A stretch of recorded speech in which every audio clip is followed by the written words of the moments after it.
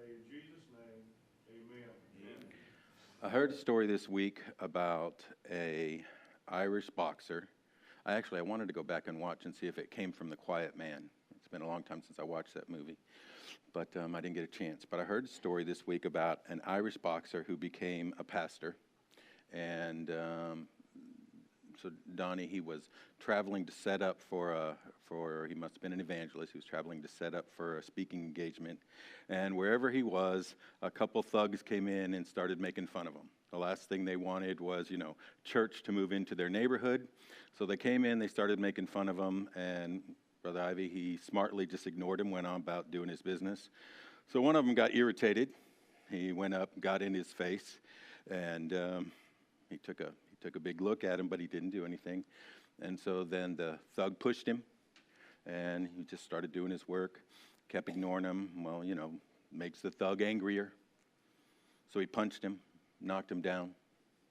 He got back up, looked at him real hard, and then thought to himself, turned his cheek, stuck out his chin, gave him the other side. Thug was really angry now. Hit him again, knocked him down. This time he got up, started taking off his jacket, rolling up his sleeve.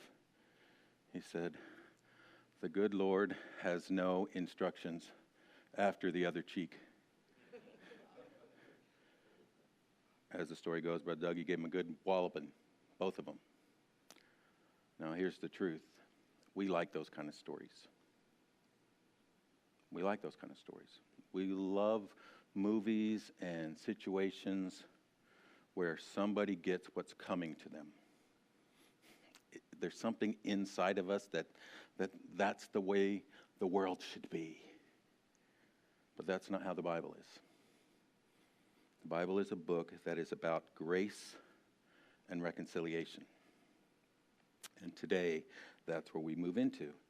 I use that story on purpose because otherwise you can talk about a big fancy Christianese word, because that's what it's turned into, a Christianese word like reconciliation, and you can get a lot of amens, and it can really, I can walk out and I'll have, a few people say, "Oh yeah, I really like that Sunday school lesson," which, that's good for me. I like that, feed my ego. But it has no effect. Okay, so let's start where we live, and reconciliation and grace don't fit with malice and getting your just desserts. Okay, we live in a world where lots of people deserve retribution. Brother Kevin, that would be me. That would be you. Believe it or not, that would be Miss Melissa. If we got what we deserve, we wouldn't like it very much. What we get is grace because of the great reconciler. And that's really a passage that we're looking at this morning. Colossians chapter 1, verse 20. "And having made peace through the blood of his cross, by him to reconcile all things unto himself, by him, I say, whether they be things in earth or things in heaven." Now we're going to go through to verse 23, but we're going to do it slowly.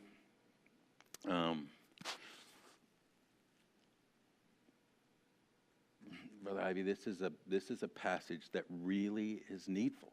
I mean, it's a passage that we have to live out. And it starts with this idea. It gets stronger here in the next verse, but it starts with this idea that something's broken, something's wrong.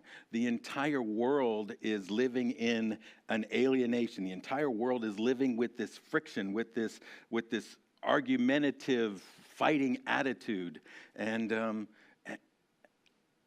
what it needs is reconciliation. If we spoke Christianese and we weren't trying to apply it to each one of ourselves, then this would be easy. We're all sinners. We need to be reconciled. God reconciled us to himself. Brother Doug, this is where you say amen. This is where I say, yeah, thank you. And we just go on. But we have to understand, this is why husbands and wives fight, because there's alienation. This is why children and parents have problems. This is why bosses and employees and bosses. This is why countries Okay, the problem in the entire world is we are alienated from God, and that creates an alienation in between each one of us. And what is required is reconciliation. And at some point we might get to 2 Corinthians chapter 5. If we do, what we'll find out is, yes, he has reconciled us, which we've just read, but you know what he's done? Ms. Gonzalez, what he's done is he's now made our job to be the reconciler. He's left us here to reconcile. So when we start thinking about, let's do it this way. So when we start thinking about boss, so we'll pick on you for boss because, you know, we're supposed to be reconciler with that boss. But you know what I want to do with that boss? I want to treat that boss the same exact way he's treating me because that's what I want to treat that wife. I want to treat that teacher. I want to give them exactly what they deserve.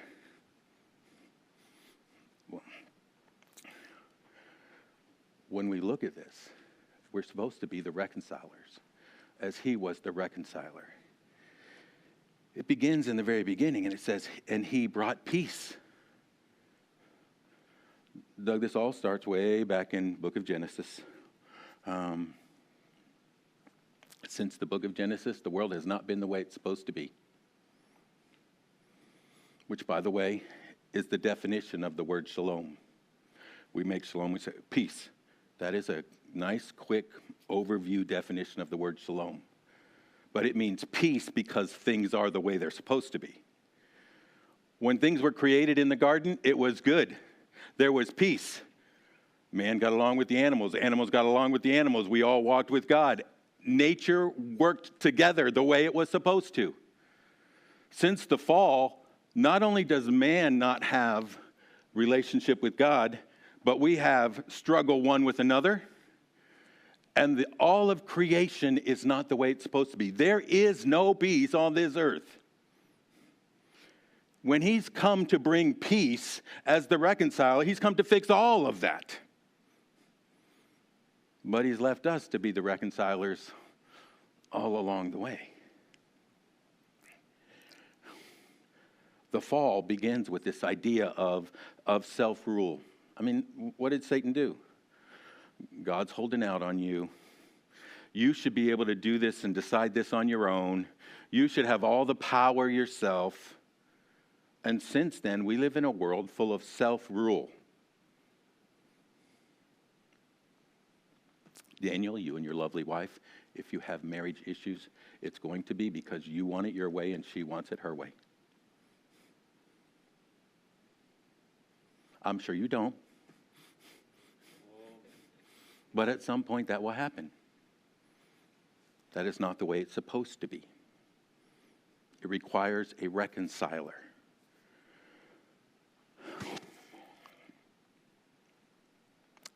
And having made peace through the blood of his cross, by him to reconcile all things unto himself, by him. Let me just do this.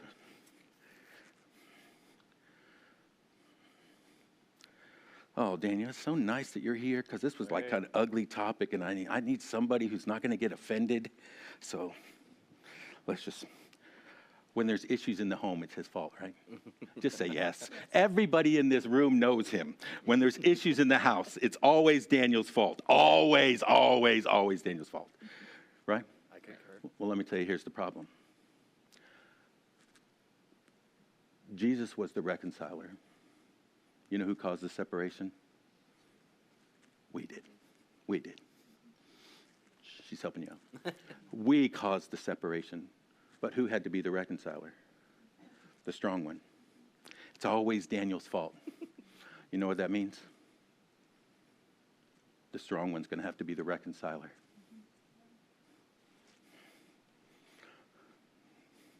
Did you notice? Who did the wronging? It was us. Who did the reconciling? It was him. I can't wait till we get into eternity for lots of reasons, but one reason, there will be no bragging in eternity. Amen. Because we will all be there because of what he did. You know, sometimes even testimony time turns into, look at what I've done. And you just sit there and listen, and it sounds like the Pharisee in the temple. But notice, he did everything. And that means we're going to have to do it too. We go to reconcile the wronged one. But until we get into, just Daniel, I reserve the right to use you again, just so you know. That makes you the wronged one, so guess who has to do the reconciling? We're going to get to that too, because a lot of times that's what happens. But when we get into eternity, until we get into eternity, every human relationship is going to have tension, disagreement, alienation, separation. This is what happens. And as such, we will need reconciliation. Now, this is a word that we usually associate with marriage. You get a estranged couple, and you say as they try to come back together, they're trying to reconcile. They're trying to come back together. So you have a broken relationship, and what you're doing is you're trying to restore it. You're trying to mend it. You're trying to remove all the obstacles that have formed and end that separation. You're trying to reunite these two. And that's the same picture here. There has been separation since the garden. And he's bringing in a reuniting, and he is the stronger one. He's the one who's come in. Now okay, we know if it's Daniel, it's his fault. But how do you know who's the stronger one? Brother Kevin, this is what I always tell everybody when they ask me that. What, do you think you're right? Do you think you're right? You think you're right and she's wrong? Okay, well, if you're right, you're the stronger one, so reconcile. You know what I would tell if Miss Melissa asked me the same question? Do you think you're right? Well, if you think you're right, you're the stronger one, you reconcile. And you know what I would say? No, I'm wrong. Well, then fix it. It's our job to reconcile. The division, well, who's the author of division? It's our job to reconcile. We're left here. We have the ministry of reconciliation. We have an example of Christ, the reconciler.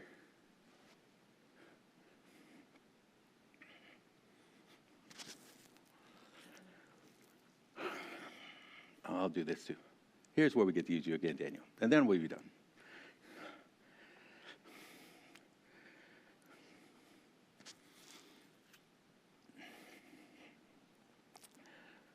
Ms. Myrna, I'm 56 years old, which means I have a ways to go before I get up to the experience that you do. I hope I do someday. But I have had the opportunity to listen to a lot of marriage issues.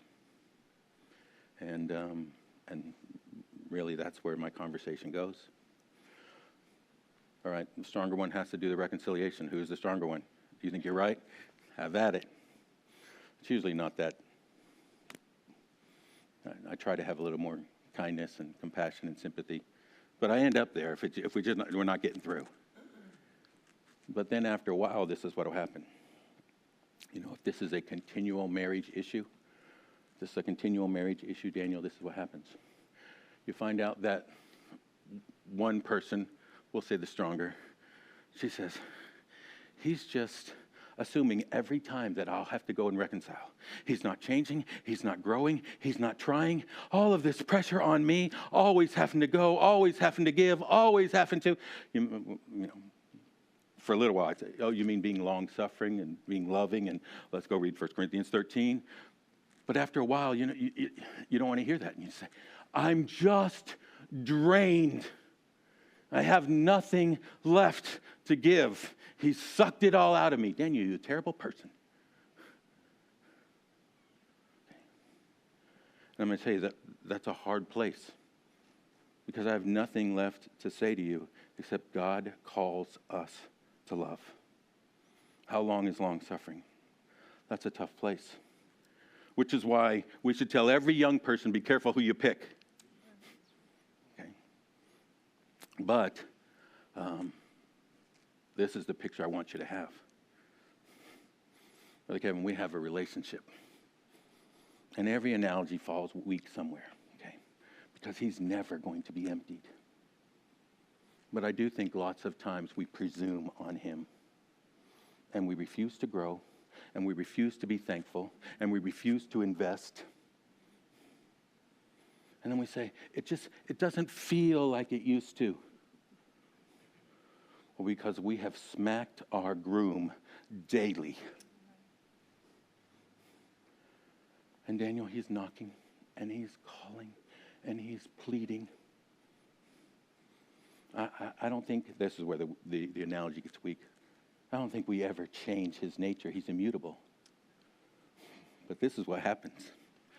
We tend to believe people are just like us. You continue to smack Miss Melissa, and it's just like, there's no way you would put up with this. You can't believe she would still, and we know we're smacking him. We know we're rejecting him. We know how we're responding and how we're treating. And we just can't believe. But yet the reconciler sat there saying, come unto me. When we begin to look at this idea of reconciliation, this restoring of the broken relationship. Well, let me just do this, because I want to get a little bit further. Read it again. And having made peace, because there was no peace, through the blood of his cross, by him to reconcile all things unto himself, by him, I say, whether they be things in earth or things in heaven. And you that were sometimes aliens and enemies in your mind by wicked works, yet now hath he reconciled. God, through Christ, has reconciled us. Not just us, but all things, all of creation. Now, here we're going to do this quick, but this gets us into that picture of Christianese, where we get these words that come out that mean so much to us, but don't really mean much to people outside of this world. Words like reconciled. What does reconciled means? It means we were an enemy, and now we're made a friend. Okay, that's taking this enemy, brought him back, restored, made friend. Okay, justified, another one of these words. We're going to give 5 of them, because this is where, but Doug, this is where I felt like I needed to go. You need to take this, and we need to study, and we need to take a look at the doctrine of salvation. And I was all set to do it. I had notes done, and then I read verse 21 again, and you're going to see why I changed all of it. So reconciled, we were an enemy, now we're a friend. Justified, we were a sinner who pronounced guilty, and now we were declared righteous. The judge said, nope. Redeemed, slave, now made free. Forgiven, debtor, but now it's paid. And not only was it paid, it's paid and forgotten, it's separated, it's put off. Adopted, so we were a stranger, now we're brought into the home, we're being a child. This is great, okay? This is, Doug, where you say amen. This is all the things God has done for us. And this is where most of the time people stop and they start going through this whole doctrinal study of salvation, and that is a wonderful thing to do. We just got done spending 3 weeks looking at the supremacy of Christ.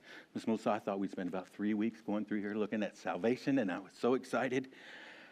And then I read verse 21, where Paul writes, and you. And something inside of me just switched this picture. Miss Myrna, this is like Paul, the pastor, and he really wasn't a pastor very long. He didn't even start this church, okay? Remember, he left and went to Rome and said, hey, I got a problem, Paul, help me. Paul wrote this in response. He sent it back to the church. But in this, Paul is drilling down. It's like he's saying, all right, this is not just some doctrinal study for you to know.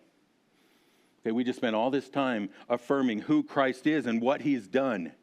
Now, before we go any further, where this matters is, what is this to you? What does it mean to you that he's God creator? What does it mean to you that he's God sustainer? What does it mean to you that he's reconciler? Because if this isn't something in your life, then where's the value? I'm not writing this all down so you can become smarter. This is about a transformed life.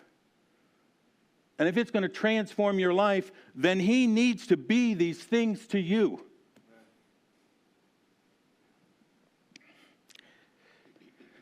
And you, all of this affirmation of who he is and what he's done. You, what does this mean? Let's apply this to you. And, this is where I read into Scripture, okay? Because Paul's writing this, and Paul is constrained by love. I'm not reading that in, he tells us. His motivation is his love. And in the beginning of this, he talks about his love for this church and for this congregation and his prayer and his hope and his will.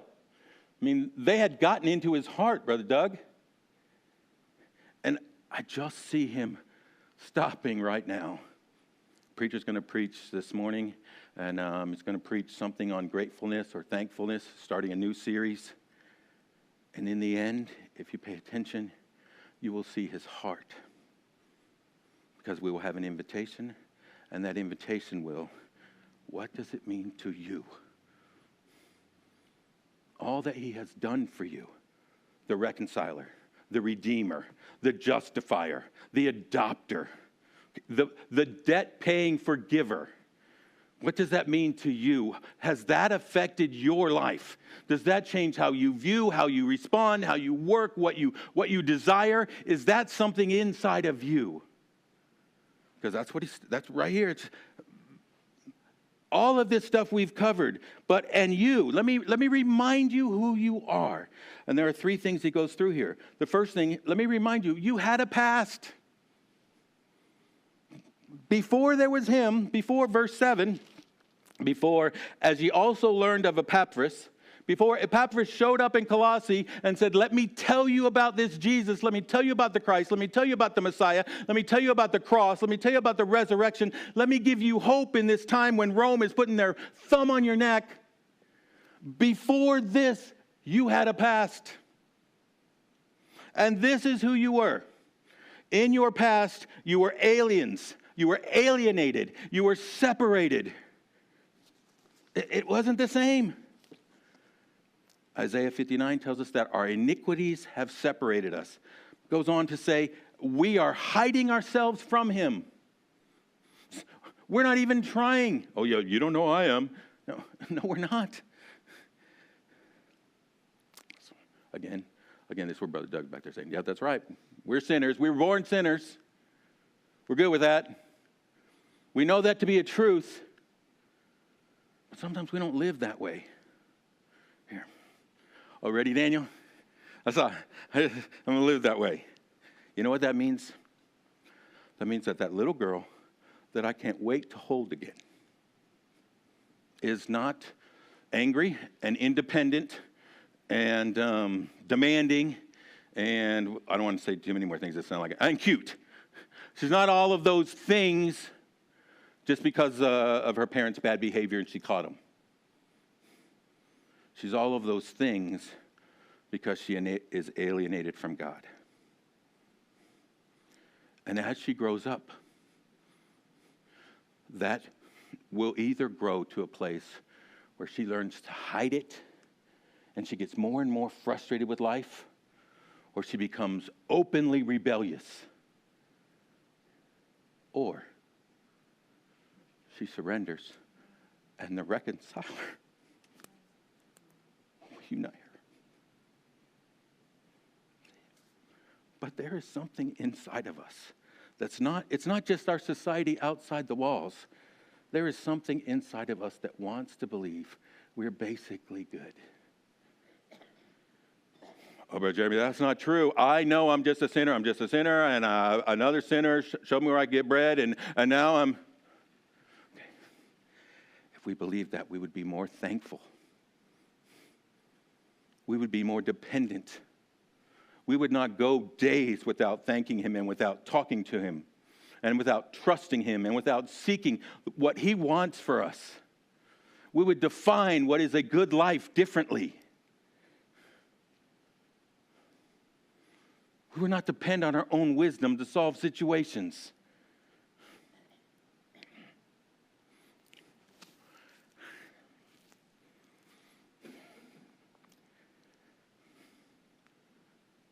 If Jordan does not surrender to the reconciler, she will be restless in her life. There will be no peace. She will get to a place where there's no hope, and she'll be living a life that she feels has no future.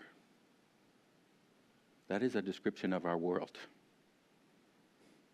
They consume and they chase pleasure, and it's never enough. And so there's frustration, and there's anger, and there's blame. And that is because we are alienated. And you were sometimes alienated and enemies. Brother Kevin, what happens is in this frustration, anger, it's unfair. I deserve better. Shouldn't treat me this way. They shouldn't talk to me this way. My life should be different. It should be my way. In this struggling view, you got to blame somebody. And so if you have an all-powerful, all-knowing God, ultimately, who we blame is him. We blame him that situations did not go the way we wanted or we think we deserved, which I'm going to go back. Do we realize that we were just sinners, that we were rebellious? You know, we try to claim that all the time. But if we lived in the light of that, we would realize we got way better than we deserve already. Enemies with God. Well, this is what happens.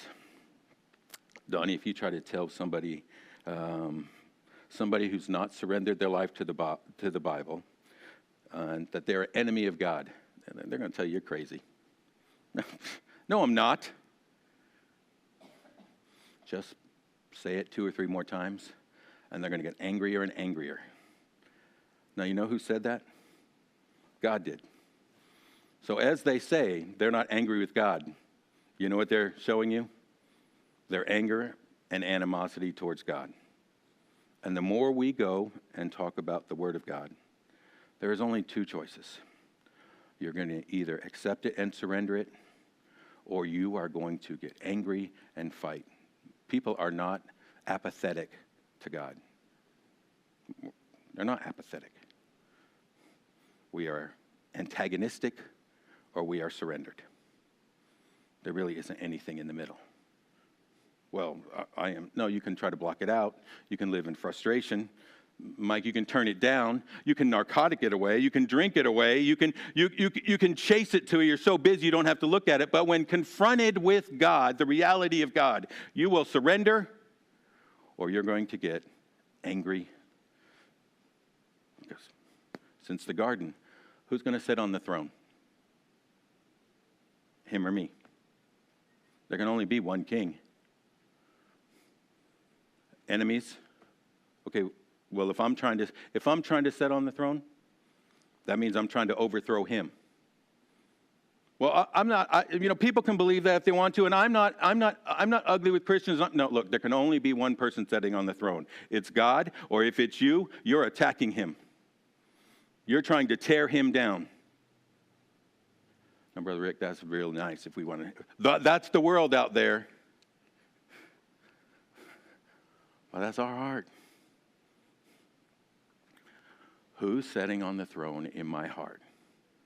Well, right now it's easy. Right now it's easy because, I'm prayed and I've studied the Word. But at 2 o'clock today, who's going to be sitting on the throne in my heart? When I have to reconcile, or I have to invest, or I have to sacrifice.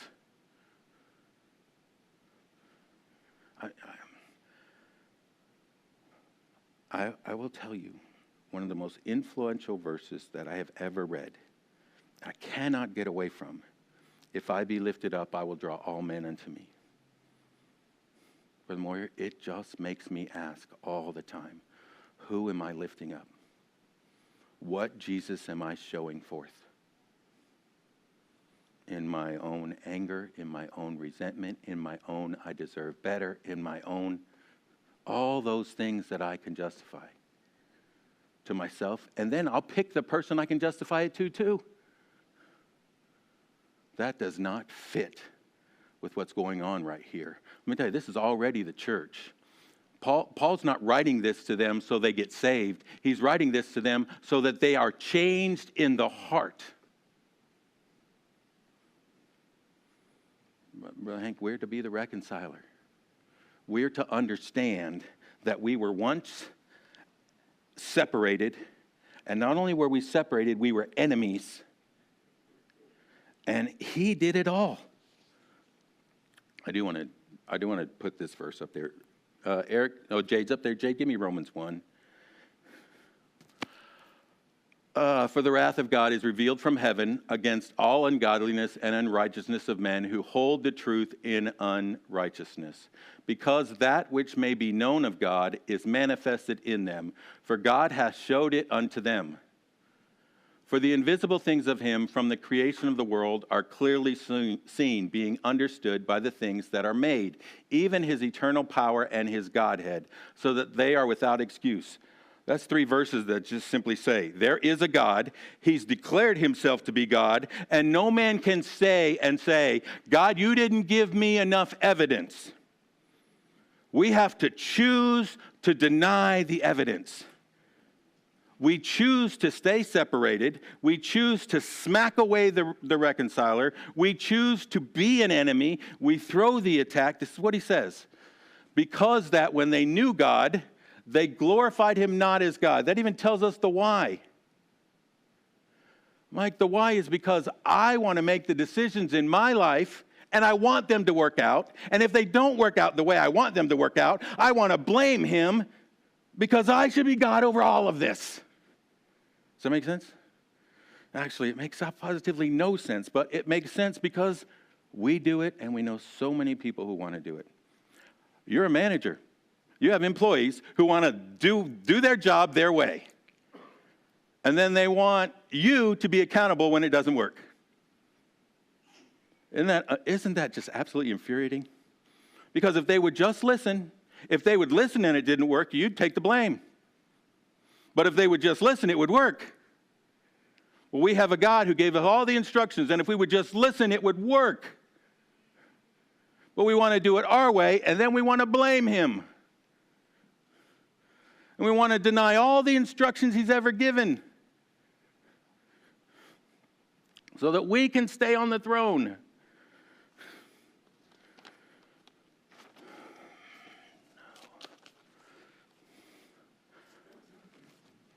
Brother, you know I'm kind of a history buff. So, one of the things that I did one time is, this whole social community thing that the whole West has done. What do you mean by that? I mean, well, if we would just educate people enough and give them housing and give them food and, then we would solve all the world's problems. Things will be better. The problem in the world is that there's not enough education. The problem is the world that people don't have food. The problem in the world is that people don't have housing. This is the problem. And medicine. We got to give them free medicine too. If we could just give them these things, we would solve all the world's problems. That really is the answer outside the church. That was the modern answer, by the way. Well, the Western countries started doing that before the 1900s. The U.S. was about 30 years behind everybody else. We were 30 years behind, Europe. Sometimes it's a good thing to be behind Europe. Sometimes it's not. But we were about 30 years behind them. But they started this stuff pre-1900s. And they thought they had it all solved. And then this thing called World War I happened. So much for solving all the world's problems. Okay, so we just need to tighten it up. We got some things that we didn't do them really well. Let's get back together and this really is a quick overview of what happened. In the schools, they had to justify why and how and what. And okay, let's fix this. Because man is inherently good. If we just solve these problems, it would work out okay. You know what happens after World War I? Well, we wouldn't call it World War I if there wasn't a World War II. And so we decided we just do it a little bit better. Well, today we don't even live in a modern world. We live in a postmodern world because we've given up all of that idea, and now we're just angry about everything. Postmodern, we don't believe there's any true. There's no true, there's no right. Everybody gets to decide what happens and how it happens and why it happens, and we get to blame everybody else, and that's where we live today in America. Well, here's the truth. We were alienated and we were enemies, and God, the reconciler, is the one who came to fix it. There's one more thing it says.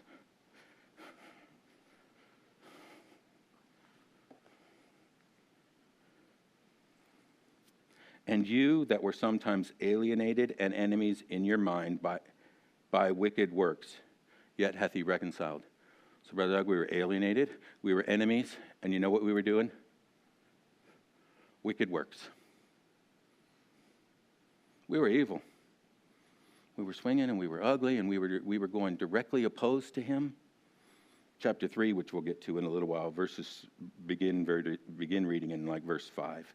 Mortify therefore your members which are upon the earth. Okay, this is what they're doing. Fornication, uncleanliness, inordinate affection, evil concupiscence, and covetousness, which is idolatry, and the greed of our time, the sexual attraction of our time.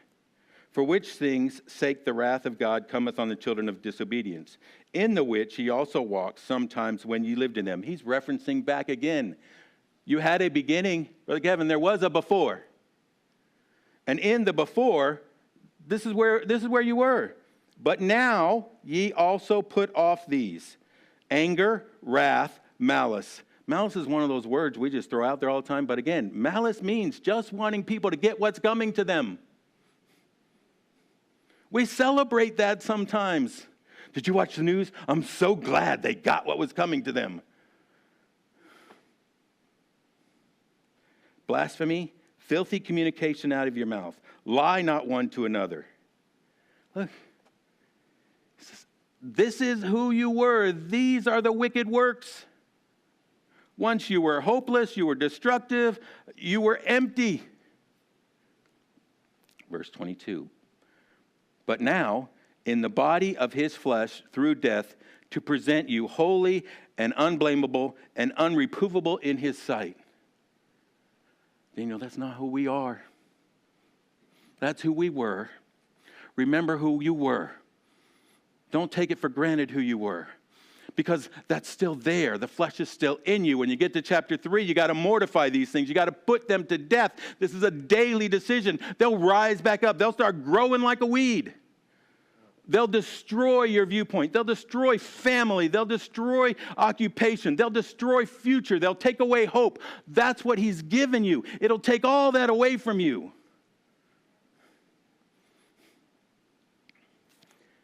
But that's not who you are. You are now ready to be presented holy and unblameable, unreprovable in his sight.